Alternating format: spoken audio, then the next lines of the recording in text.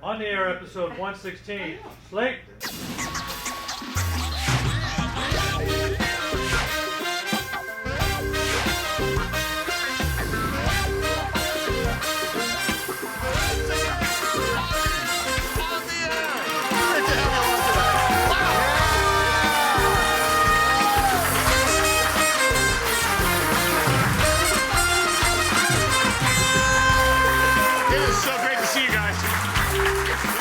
Person who's not in the studio today?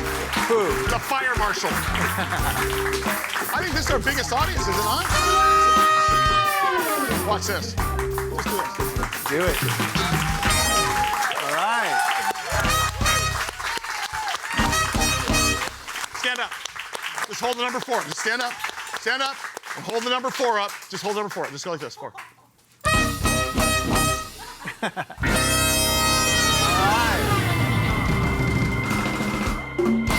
Thank you, everybody. Good to see you. All right. Give it up for the audience. Give it up for the live audience. Are you kidding me? Wow.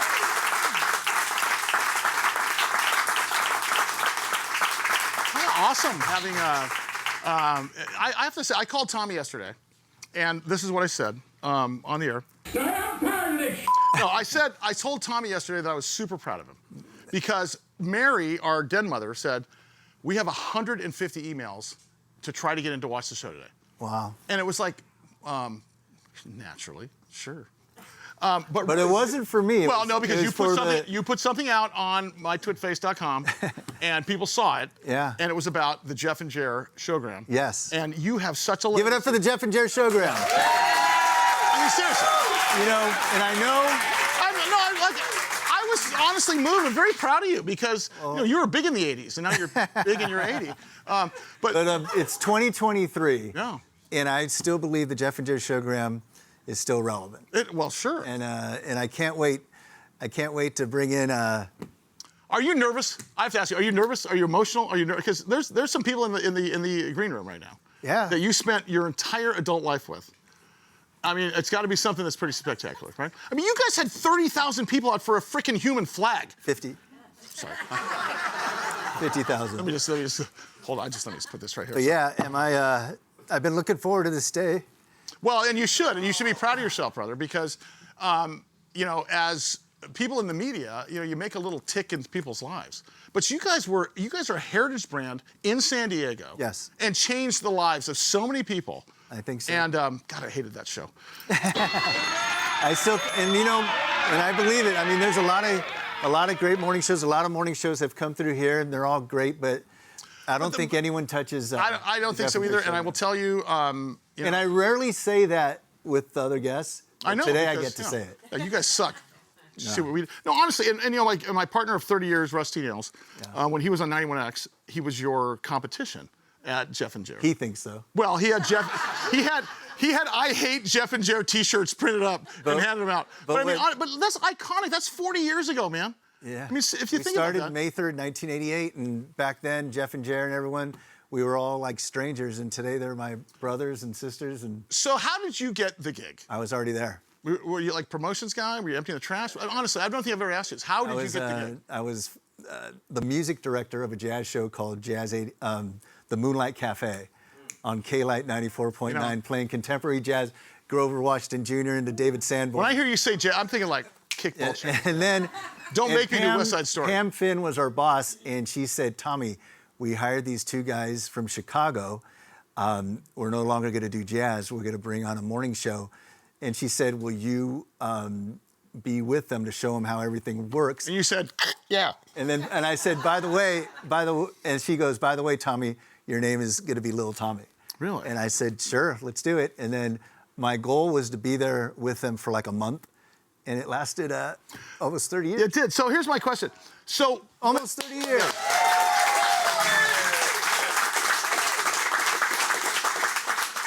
When did you first like? What was it like the first time you met these guys? It was like in a lunchroom. They came in. They signed a contract. What was? I was doing production, with tape, and I was sitting with a production director named John Nixon in his room, and they were getting a tour. And Jeff and Jer both walked in. I met him for the very first time, and Jeff said, or I was introduced by Pam saying, "Hey, he plays guitar," And then Jeff says, "Hey, I play tuba. We should get together."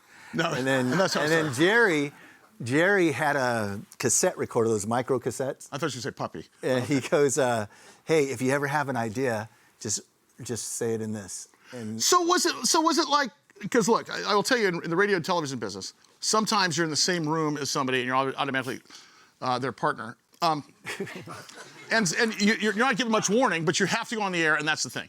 Was there chemistry the first time? Was it on like Donkey Kong like the very first time? this is a true story. I grew up in Chula Vista, and when they went on the air at 5:31, something happened. It was breaking news. Some guy got stuck in the mud in Chula Vista, and I remember Jeff and Jerry said, "Hey, Timmy, or whatever your name is, Tommy, do you happen Big to know, Tim. do you happen to know anyone in Chula Vista?" Yeah. And that was it. So, okay, and continue, because I want to get our guests here, but we've never actually got to interview you before. When did you decide that, okay, I think I'll stay? I think this is going to work It's out. quick. Then we had parties, and all of San Diego showed up. Yeah. And we'll get All to that. 35,000, I'm sorry, 50,000 people. Hey, like it was crazy. It was a nice ride. Did you guys start as 3 people, or was Laura always involved? Was No, Randy always involved? Laura wasn't there for a few more years. The original lineup was Jeff and Jer, Ashley Gardner, and Hank Bauer.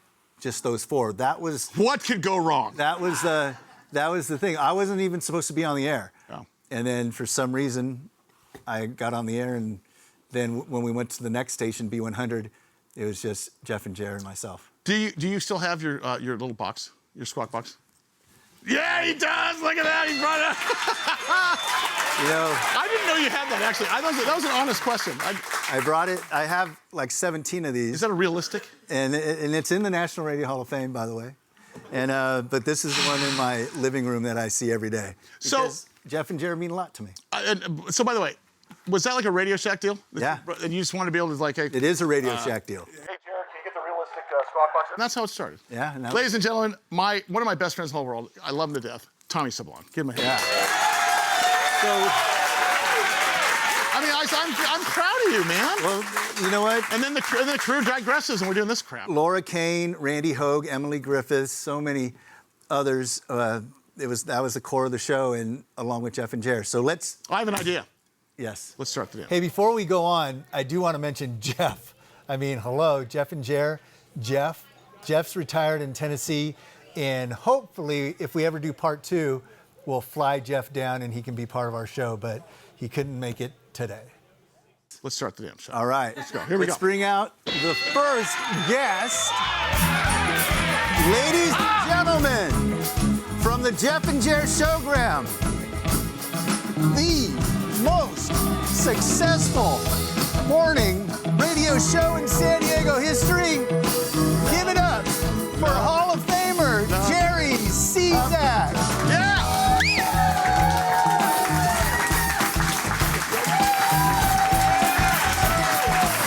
Come on! Come on! Wow. What's all doing here? My goodness.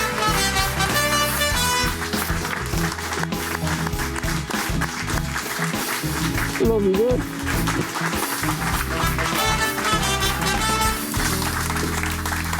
Everybody sit. Jerry Cesak, ladies and gentlemen. Can you believe he's in studio? Everybody sit. My first question. What was it like to be the most handsome person on the Jeff? It was a tremendous burden. Because you were Tommy, I like got to say, it is actually, it's more than a thrill to be here. It's really an inconvenience, to tell you the truth. You know, I love those old jokes. I know. Same jokes for 30 years. My beautiful wife, Pam, Yeah. said to give you her love. Yes. Sully, she has no idea who you are. So she didn't send you anything. I've been an also-ran since Headshot got in the market. Yeah, right. So. Sully's the best. His band's the best. Look at that. This Great band. Whoa. You know, Great band. I've been wanting you to be here along with Jeff for so long, and you're here. Yeah, I know. So, Right here. so here's my question. So you started in Chicago with Jeff Detro. Well, we started in Detroit. Okay. and I'll we answer went- it. we They went- started in Detroit. Thanks, Tommy. Then they went to Chicago. There's a reason we have a guest, you know. Yeah. How did you and Jeff Detro meet?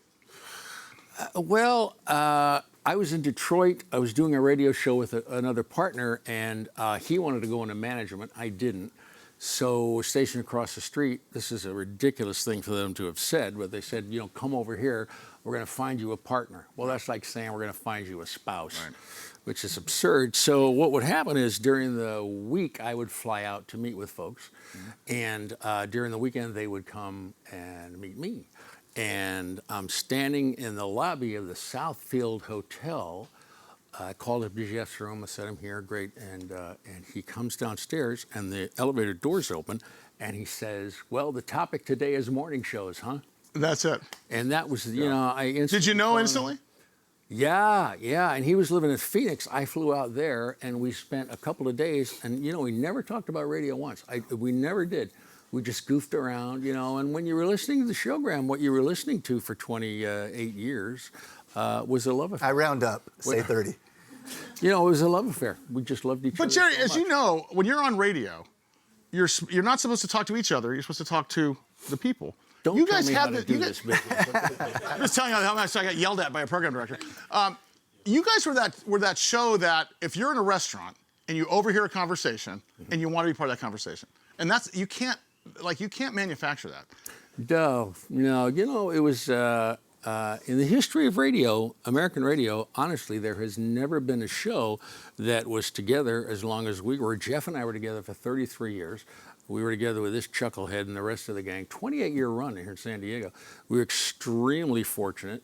I think we were here at the right time. And 28 years, it went by like so quick. I couldn't believe it. But there's never been two guys have been together as long as Jeff and I were, and a show that was together for 28 years, which is remarkable. Did it start on Q106? Was that Y95. Y95. I'll give you the lineup. All right. Y95, 1988 to 1990. B100, 1990, 1993.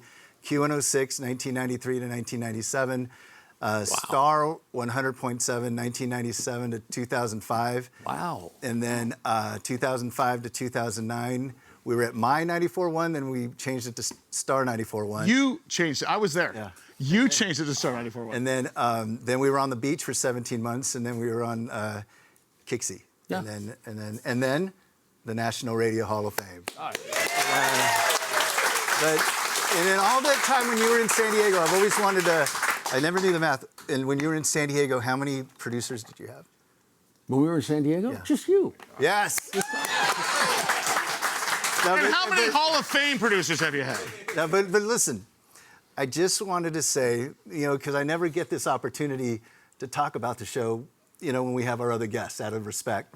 But today I get to, and I still go to the grocery store. And So do I. And people say, aren't you on the Sully show? Yeah, they say that. But for so many years, they still say, oh my God, I grew up listening to you. My mom took me to school listening to you guys, and now I take my kids listening to you guys. And I was just a kid with these guys, and now I'm not. But it was just a beautiful thing. But what's so cool, it wasn't just the people that you'll meet in a second. It was San Diego. I mean, we couldn't have done anything without the audience in San Diego. So give it up for all.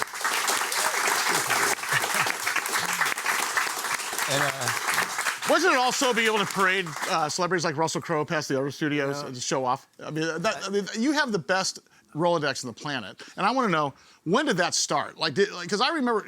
Tommy was always working. Now, Jeff and I were working too. By working, I mean during the day, driving around, we would think of things to do the next day on the radio that may have been compelling. Tommy, though, worked probably 16 hours a day on this show. Work, calling people. Probably 20. I tell you real quick, one of my favorite Tommy stories. The station was Star, and they changed it to Jack FM, which wasn't particularly appealing to us, so we moved over to another radio station and brought Star with us, and we're all pretty happy because all 6 of us had just signed a pretty nice deal with this radio station. And Jeff and I said, well, why don't we do this? Let's take the gang up to the Ritz-Carlton, and we'll go there, we'll have lunch, hang out at the pool, we'll have dinner, a little celebratory dinner, and you know, this will be a nice thing. So we go to this nice hotel, we go in the restaurant, most people ate lunch, I drank mine, and then it was time to go sit at the pool, so we're sitting in the lounge chairs there, and I'm sitting next to Tommy, and I think I was reading a book, and he's on the phone. And he's on the phone, he's on the phone, he's on the phone. He finally hangs up. I said, you know what? We're here by this beautiful pool in this beautiful hotel, and you're always on the phone. And Tommy says to me, you know why we're sitting here by this beautiful pool? And why Because I'm always on the phone. Because I always am on the phone. So. I know we've got a lot of other guests, but I've got so many questions.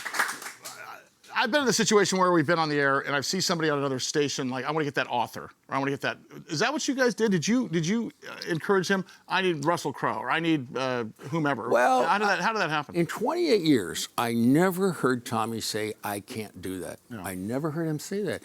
And Tommy had a way. The last Johnny Carson Tonight Show, somehow or another, Tommy calls his house. I don't know how this happens.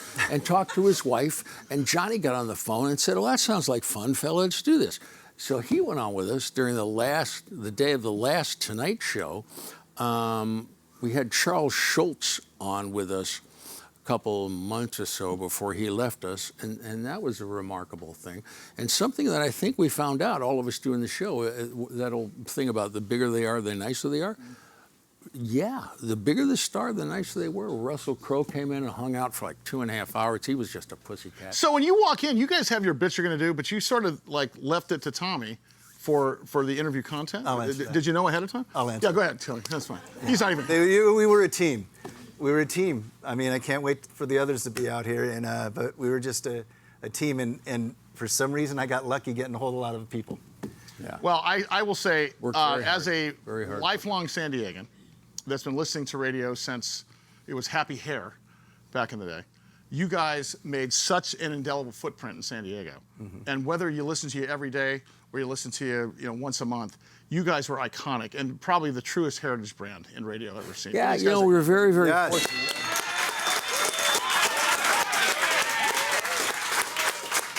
I hope this doesn't sound egotistical because I generally am not, but there was never a show like ours in San Diego history, and there will never be a show like ours again, which is something we are extremely proud of. And people say to me all the time, "Oh, do you miss it?"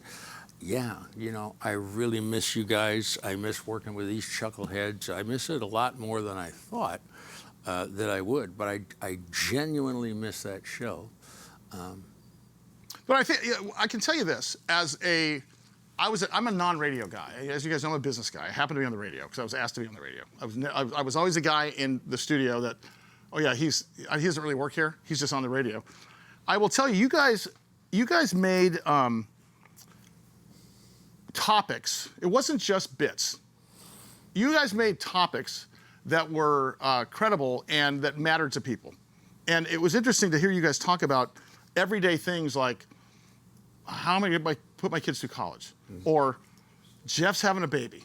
Or there's this family that just lost their mother that we need to, I mean, and I have to say this as just a guy that would listen as a listener. Because I was in radio, I think 10 years after you guys started. I was just a listener. Mm-hmm. And there was this compelling sort of thing that it was inclusive in the terms of every man could understand and every woman could understand what you're talking about. You said compelling, which is very interesting because we tried to make what we were doing compelling on the radio, and pretty much every time we went on, opened a mic after commercials, all of us thought, well, is there something better we could be doing? And if the answer was no, we tried to provide compelling content. That is the word. And I also think that you also asked the questions that we were asking. I mean, how many times have you heard somebody on the radio just talking because they've got something in front of them? You're pounding the steering wheel, like, why aren't you exploring this thing? Mm. You guys would ask, oh my God, there's a there's a financial crisis going on. Or, oh my God, Chargers should not have lost that game. You were saying the things that we were all saying at the same time. And I think that Jeff and I are both very curious people. We're very, very curious. And one of the, I think, magic pieces to the show was our curiosity about what was going on at the moment, or what had gone on, or what was going on. And I think that was a great deal of, I guess, appeal of the show. Both Jeff and I are very curious people. So. Well, we could not be more honored to have you in the studio. Oh, that's and I tell you what. Thank you. For the last 5 years, I've been a men's room attendant at LaGuardia Airport. Jerry Cesak, Tommy Sablon. After the break, of the Jeff and Jerry radio show. bring out the rest of the Jeff and Jerry showgram. Let's go.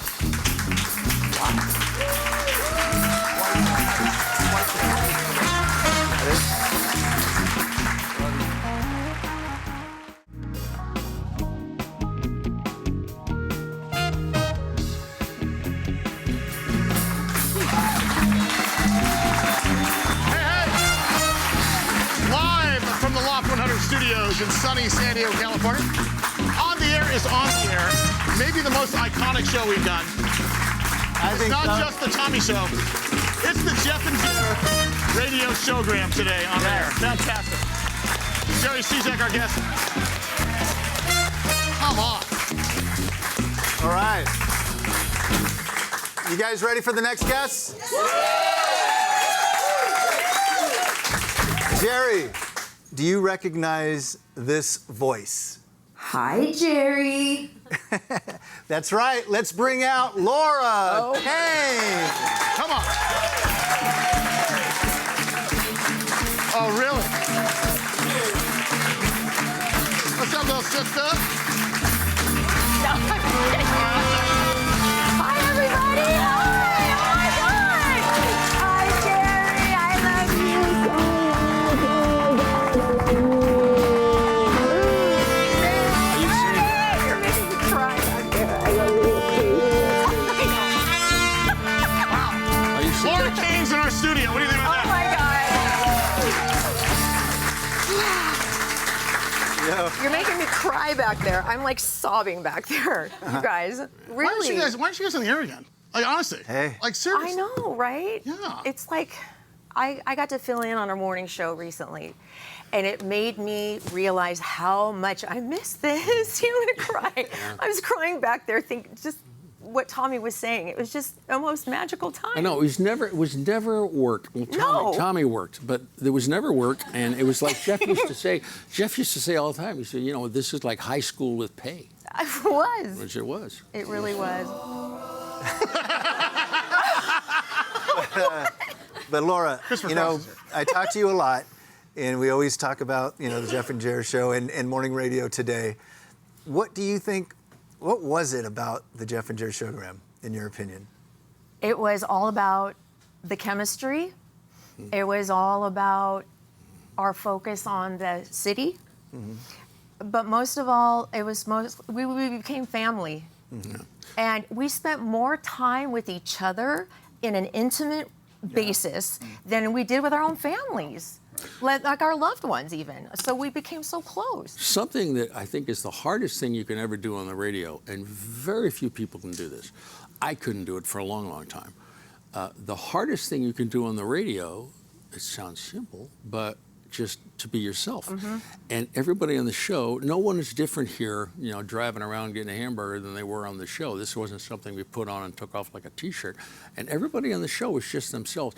Very, very difficult to do. It doesn't sound like it, but when Jeff and I got together, we were DJs. I was Jerry St. James, please. And Hey, everybody. I know, yeah, totally. really, it was really sad. But the hardest thing to do on the air is be yourself, and everybody on that show was absolutely real, and I think that's one of the reasons why we're together and why people listen to us for that long.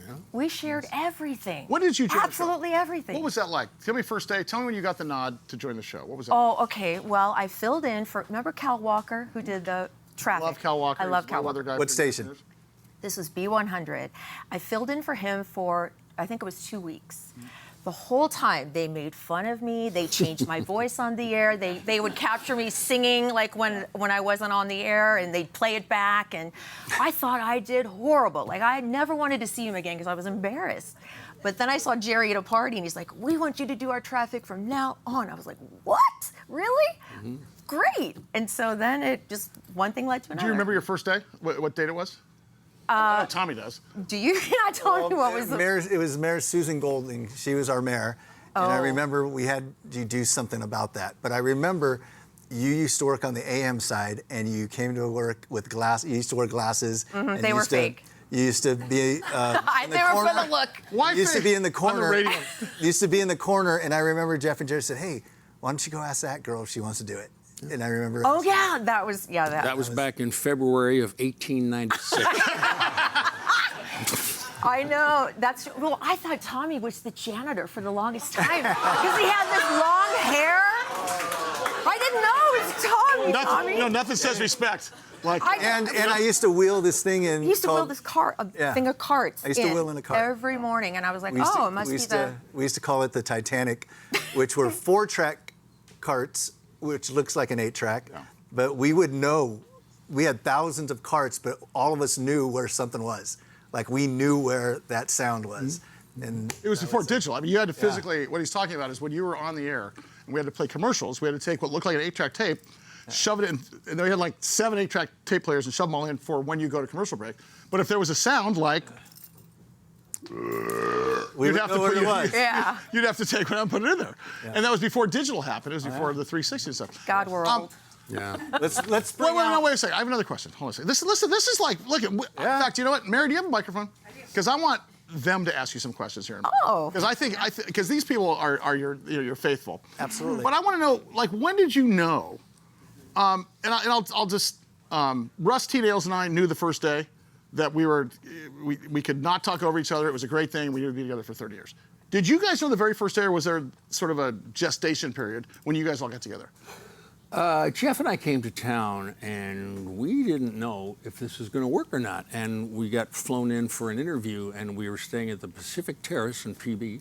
And we got up in the morning, and what we did was we listened to every morning show that was on the air between 6 and 10. And at 10 o'clock, we went, you know what, this might work. You know, I think what we have to offer folks is not being done. So this might work. And And as you added characters, was it prescriptive when you decided, I want Laura to be our traffic person for the rest of our lives? Or was it sort of just felt good, so let's bring her We in? just went with the flow. We just whatever felt good, and it fit. We just fit. We never. I remember like being off the air, like sometimes doing something on the air, and then driving home, going, "Oh my God, why did I say that? Why did I miss that? Why did I do that?" And then I didn't realize that that was actually really good radio. It was great. And those are the days, we've talked about this on the air before. To get into radio before, if you were just in the building, somehow you're going to be on the air somehow. If you were emptying the trash somewhere, there's probably going to be an opportunity.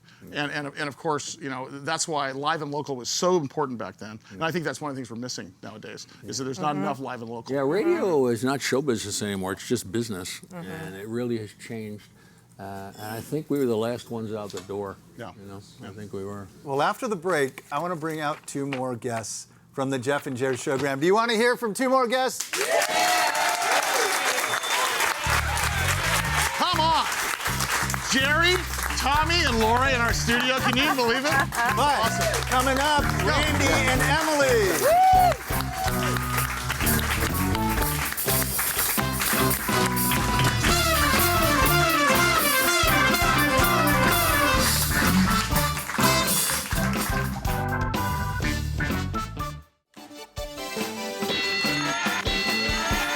Come on!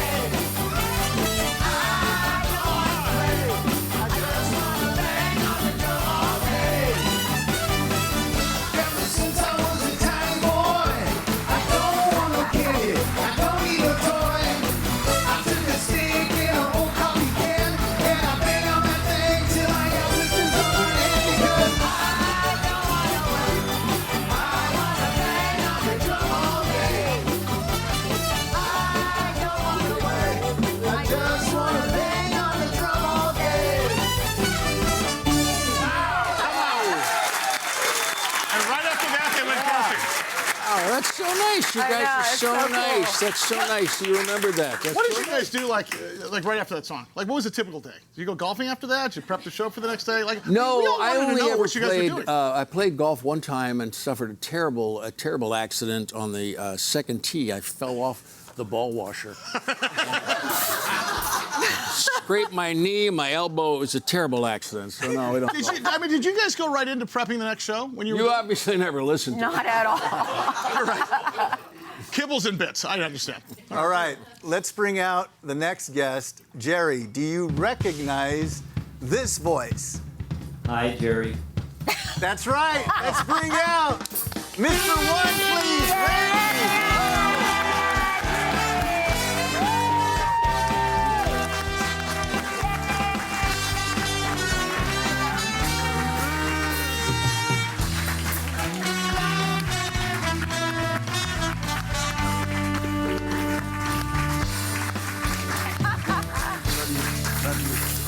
Randy Hoag, ladies and gentlemen. Welcome, buddy. Welcome back. Good to see you. Thank you. Thanks for coming in, Thanks for having me. Love you, Randy. Love you too. Randy, you were with us for a long time. You not as long as Laura, but when did you? Almost 24 years. Wow. Give it up to Randy. Come on. True story about Randy. By that time, it was our third station. We went from Y95 to B100 to Q106. And then when we started at Q106, they said, hey, Tommy, you get an assistant. He hasn't been on radio before or never worked on radio. He's from the traffic department. This should be good. Research. He's from the research department. And then I met Randy, and true story. I told Jeff and Jerry, I go, hey, I don't think I can work with this guy. and then Incidentally, same thing you said to KUSI when we were putting. and then something happened where we all loved him. Yeah. What's not to love with Randy Hoag? Come on. When did you get the nod?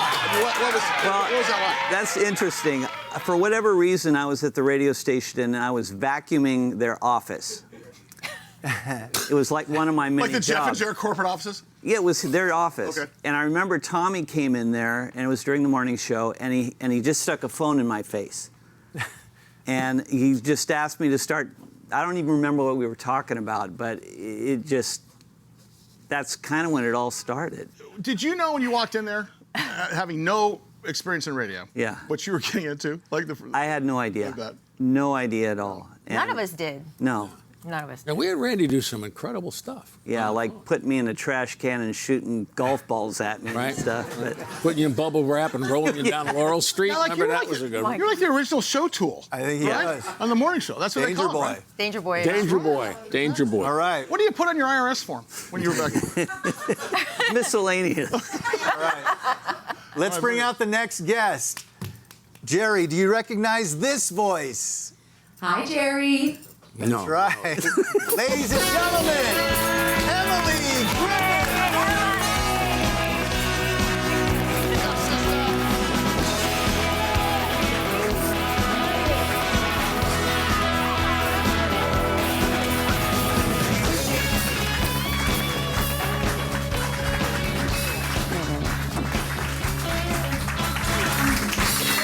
Come on. Weren't you the receptionist? Yes. Like you were, Slutty. I remember you in the building. You were the receptionist. Yeah. And then suddenly you're on the psychotic Well, show. she was always so natural and so funny. Jeff and I would go out to the reception desk at the radio station for one thing or another, give somebody a prize, I don't know what. And both of us said, we've got to get a way to get her on the show. And Emily was very reluctant and did not want to do this. No, I can't go on the radio, can't go on the radio. And turned out to be one of the most natural talents I've ever heard, still on the radio today. Yeah, being on the radio then scared me to death. I was a really shy kid and I never wanted to be on camera. I never wanted to talk in front of people. Yeah, we had so to I talk was you like, into- no. Yeah, we had And to this talk you was into this. Star 94.1. Star 94.1, yeah. And do you remember the first day? How did it all start?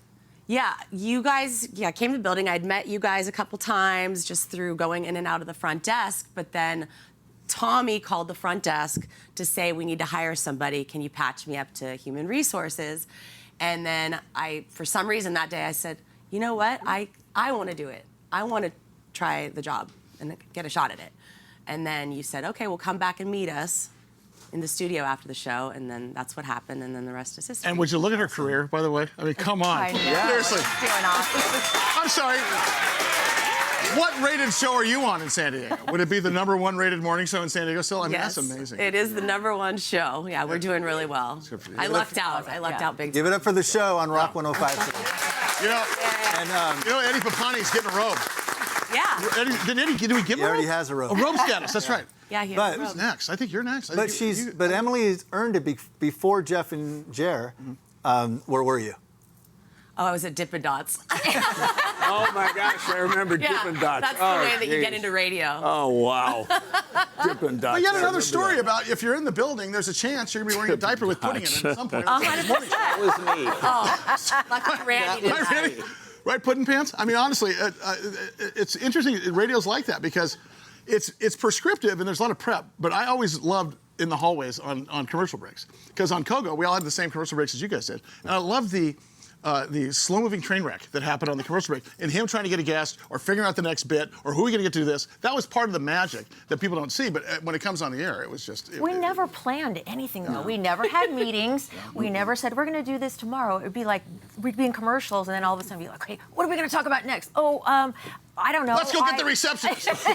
I mean, but it worked. It all worked. We would get celebrities on the phone fast. Like they would be in the news, then it'd be a long commercial break, and then by the time you guys came back to the studio, they would be on the phone. How did you, like, when you got Dr. Seuss on the phone? I remember. Like, honestly, Dr. Seuss is a pretty big deal. You call. I remember. I think back then, was it 411 still? No, 619 area code. No, right? it was his. How did It was his birthday. They mentioned it was Dr. Seuss's birthday, and for some reason Tommy goes to work. No, for some reason I had Ted Geisel's number, and then I remember calling it, and a woman answered. I don't know if it was his daughter or his stepdaughter or whatever. And I said, "Hey, it's the Jeff and Jerry show, Graham. Is there any chance we can say happy birthday to Ted Geisel?" And then I remember the woman giggled and said, "You know what? Sure." and then he came to the phone, and birthdays get people. Yeah. I mean, we got a lot of people on because it was their birthday. Who do you guys en masse think was the biggest celebrity you ever had? Because you guys had every one of them. Like, You know, literally. we had everybody. I sometimes think we should sit down and try to remember over the course of 28 years, but we had everybody. Like I told you before, we would, Tommy, I never heard him say, I can't do that. And, you know, boy, it's Johnny Carson's last show. What do you think? And Tommy goes, I don't know, let me make a phone call. And he had all these numbers. So I don't know, if I'm thinking back, having Johnny Carson on the last Tonight Show, that was pretty cool. I mean, exactly. The last Tonight Show, by the way. And I think the other And Jay Leno on his last. anything else? But Emily, who do you remember? Who is your favorite celebrity through those years? I heard you guys talking about it earlier, but meeting Russell Crowe For was sure. like insane. Yeah. I The had best that guy photo. ever. The Russell Crowe The thing was best so guy great. ever. So wild. Here's why the Russell Crowe thing was great. Is because nobody knew Russell Crowe was in the building until Tommy had him park 3 blocks down the road so he could parade Russell Crowe past all of the other studios before he went to. Totally. I mean, it was so great. And I remember Dave Shelley and Shane's not going to stop there for a second. Okay, let's keep going. And I remember the DSC. We interviewed Russell Crowe on Jeff and Jer, and I remember after it was such a big deal that Emily from the DSC came up to me and said, "Hey, is there any chance he can go talk to Dave?" And I remember going, "This is awesome."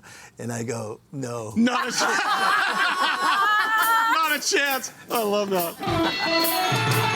But we can offer you Urkel. Emily. Andy. Laura. Jer.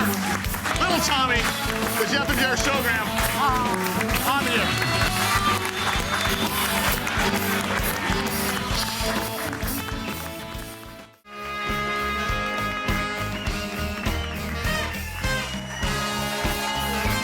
Can you believe it? Emily, Randy, Laura Jer, Little Tommy, the Jeff and Jer radio showgram has taken over on the air. Fantastic. So good to have you guys. We've been trying to do this for 3 years, man.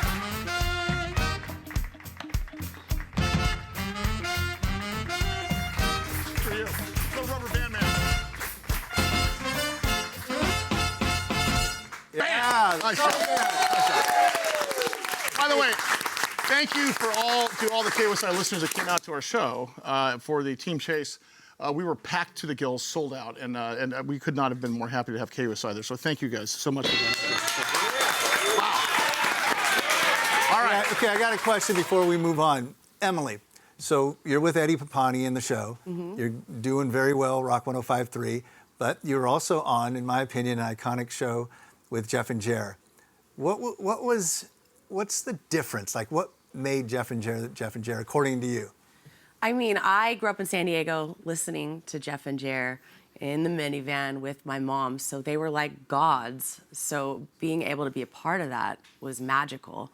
And we were such a close family, right? And I have a family with the show now as well, 2 separate families, but the dynamics are just so different, right? I will say that on the show I'm on now, we're a little bit rougher on each other, like give each other a really hard time. And that wasn't the case as much on Jeff and Jer. So that was nice. It wasn't, it wasn't a bunch of teasing. We did tease, but it was just a different level. It's just such a different dynamic. Laura, when did you know that the wires were not just going to the wall and you had listeners? I mean, like you went out one day and said, "Oh my gosh, people are actually listening to us." There's that tipping point where you're like, "Oh crap, they're actually listening to what we're saying." We did this contest called, it was the men against the women, a battle of the sexes, and the loser, like I represented the women and they were the men. The loser, I had to go shine shoes on La Jolla Village Drive in my bikini. And I remember, this is when I was early on. Those were the days. Come on. Like hundreds of people showed up. I was like, what the heck? I was so embarrassed to be in a bikini in front of all those people. I'd say better you than Randy on that day. Yeah. Randy probably did have to wear a bikini. He probably did. And Randy, Q106, you were a rock star. You were a rock star in Q106. I mean, you had a calendar. Oh, yeah. Oh, my gosh. Oh, I'm so proud of you. Yeah. The Randy calendar. And you know what? I want to thank Pam, because Pam Cesak, back in, before May 3rd, 1988, she was the one that told me, "Hey, Tommy, you're going to work with these 2 guys from Chicago named Jeff and Jer." How did you meet Pam? Well, this is one of my favorite stories because it happened to me, but I'll try to keep this as brief as I can. Jeff and I were in Chicago, and the station we were with decided they didn't want to be in the radio business anymore. So they changed format, and Jeff and I had 9 months ride out of our contract. And for 6 months, we didn't, it just goofed off. And about 3 months left of the contract, we said, "Hey, we got to get a job." So we called radio stations around the country and asked, we had an agent, he asked, "Do you have any interest in a new morning show?" And we went everywhere. Philadelphia, we were in Boston, we were in Atlanta, Denver. We were all over the place interviewing for a job. And this changed my universe. It was February 23rd, 1988. We were coming to Chicago to be interviewed. And I remember falling asleep on the plane. I woke up and I said to Jeff, "Where are we today?" "San Diego." "Oh, we're going to San Diego. This is great." And I had talked to Pam on the phone. I'd never seen her. She was creating this brand new station called Y95. Which is extremely exciting. And they were looking for a morning show. And at the time I was single and I really did not have much of an interest in, any kind of a relationship. And I had talked to her, but I had never seen her. And this is back in the day, can't do this anymore, when you can come down to the gate and greet people getting off the plane. Yeah. So we're walking up the jetway and Jeff's in front of me and we're walking up and there's... Oh, God. There was somebody at the head of the jetway that could only have been her. And I remember holding on to the handrail of the jetway because I instantly fell desperately in love with this woman. Desperately in love. Come on. That's fantastic. There she is right there. Where? Oh, yeah. This is my favorite picture of Pam. I took this myself. We were a couple of years ago at this restaurant outside. Honest to God, I don't know how this happened, but we went to the hotel and I said to Jeff, "I'm going to marry her." He said, "What? We don't have a job." I said, "She's going to be my wife one day." She is, and if I have to come back here and work at a Burger King, I really don't care. I'm going to marry this woman. And, we had to keep it kind of on the down low a little bit because I was working for her, and she had to be really cool because she was running the radio station. But eventually we started dating. And we started dating, and she did. She said she'd marry me, and we have been married for 31 happy years. Fantastic. We've been married for 33, but only one have been happy. 31. Did you ever have to? This is something you might find interesting. This is a nice picture of Pam's mom right after I told her I was going to marry her daughter. All right. I don't know, do we have that? Yeah, I think it's going to come up. Yeah, there it is. But, you can tell from that picture, she is, and she will always be the most beautiful woman I've ever seen. Just knocks me out every day. Did you guys just listen to, like, we were driving to work in the morning? That was the type of story we heard every single day. Seriously. That's the Jeff and Jerry Radio Show, guys. That's why we miss you guys. Hey, we should ask the audience if they have any questions. You want to ask the Jeff and Jerry Showgram questions? Let's do it right after the break. Oh, not another break. Oh, my God.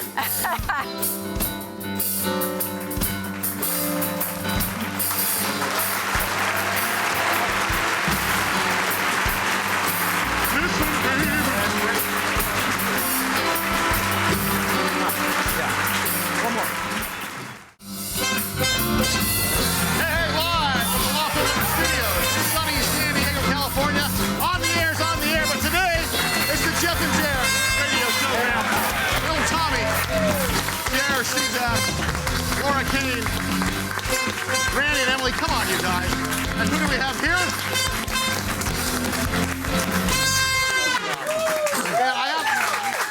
I don't think you guys know. And I was in the business, man, but I don't think you guys know what a huge indelible footprint you guys had on San Diego. I mean, I'm sure you got the reviews back, and you had 50,000 people for the human sock puppet or whatever you guys did that day. But the long story short, you guys, I mean, seriously, it was, if you grew up in San Diego like I did and Tommy did, it's one of those things where it's as San Diego as La Jolla Shores is. It's as San Diego as anything. I would marvel, Jeff and I would marvel about doing something, and you guys would show up when we did the human flag at what was then Qualcomm Stadium. I remember looking up and looking at the 8, and it was absolutely stopped traffic. Absolutely. People trying to get in to be part of this, and I think there were over 100,000 people there. And let's show the photo. It was very sobering when we realized how many of you guys were listening to us. We're always very grateful and very humble. That's the one. That's the one from 1991 for the Persian Gulf War. Show the other one, which is for 9/11. Look at that. Wow. Look at that. That's just extraordinary. All these nice folks showed up. Just an amazing thing. And we never paid, I don't believe we ever paid any attention to ratings. We always knew we were doing really well, but we were having such a good time, we just kind of hope it worked out. And I never remember, how many people were listening or looking at ratings. We're number 1, we're number 4. It didn't matter. I don't think they needed to. I'm pretty sure. So do we have a couple of audience members who want to ask some questions? Because I think it's kind of a once-in-a-lifetime deal here with all these guys together. Go ahead. Out of all the radio shows you did, which was your favorite station? For me and Jeff and Tommy, I believe Y95, there was not a radio station there. Pam put it together, and there was nowhere to go but up. And everybody at the station was new salespeople, new engineering staff, new management.